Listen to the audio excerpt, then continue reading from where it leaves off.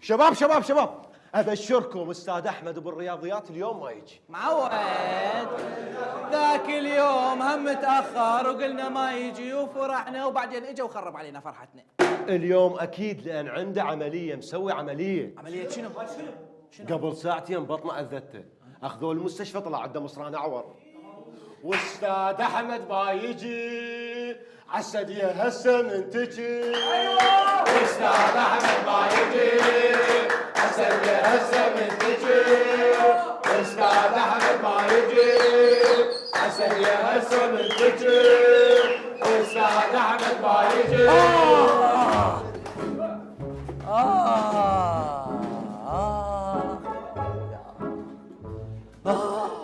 يا ناس ما معقوله، مصران اعور ومداوم، ما معقوله.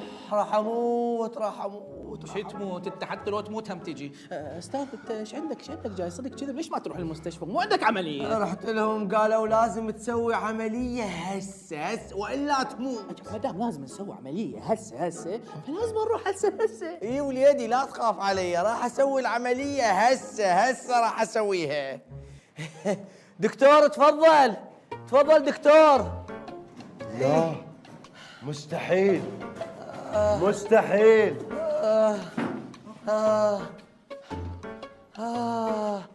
يا يابا دكتور راح اموت انا.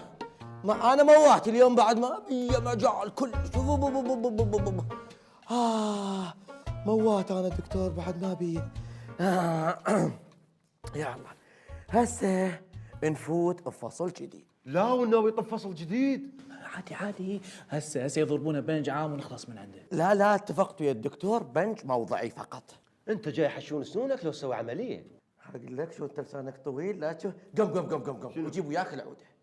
جيب وياك العوده لك. استاذ خطيه استاذ مو خاف مزن على العمليه. حتى لو اموت حمل الله. يلا نبدي اليوم دكتور، ولو ازاحمك شويه حاول تشتغل منه. اي نبدي اليوم بالفصل الجديد. فصلنا لهذا لا فصل جديد. انا نسيت العمليه حتى خلت عقل ما براس. اليوم عندنا مثل ما قلت لكم كويز. لا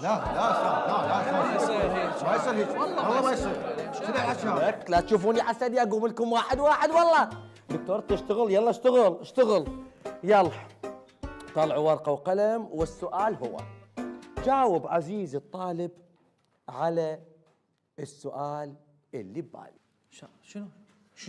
شنو هالسؤال استاذ؟